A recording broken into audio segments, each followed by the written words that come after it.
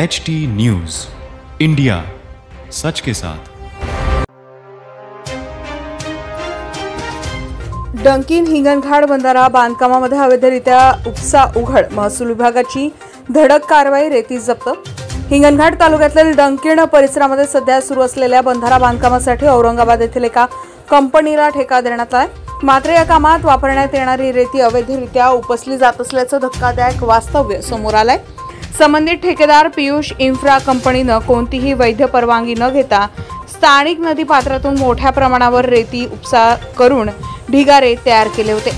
या संदर्भात जिल्हाधिकारी कार्यालयाकडून कोणतीही अधिकृत परवानगी न घेता बंधारा बांधकामासाठी रेती साठा करण्यात आल्याचं स्पष्ट झाल्यावर महसूल विभागानं त्वरित कारवाई करत परिस्थितीचा आढावा घेतलाय।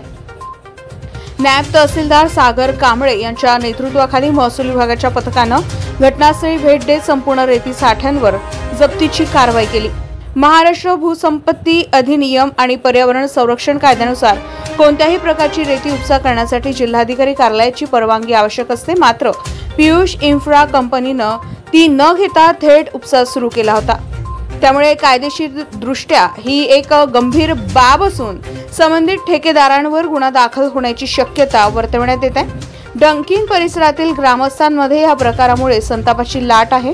स्थानिक नागरिकांनी प्रश्न उपस्थित केला आहे की जेव्हा शासन प्रकल्पासाठी ठेका दिला जातो तेव्हा त्यात पारदर्शकता आणि कायदेशीर प्रक्रिया का पाळली जात नाही।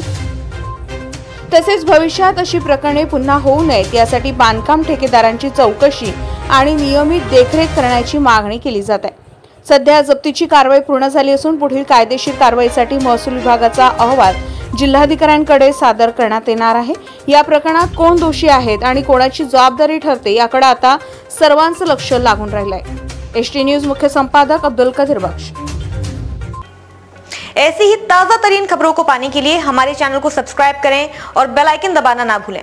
धन्यवाद।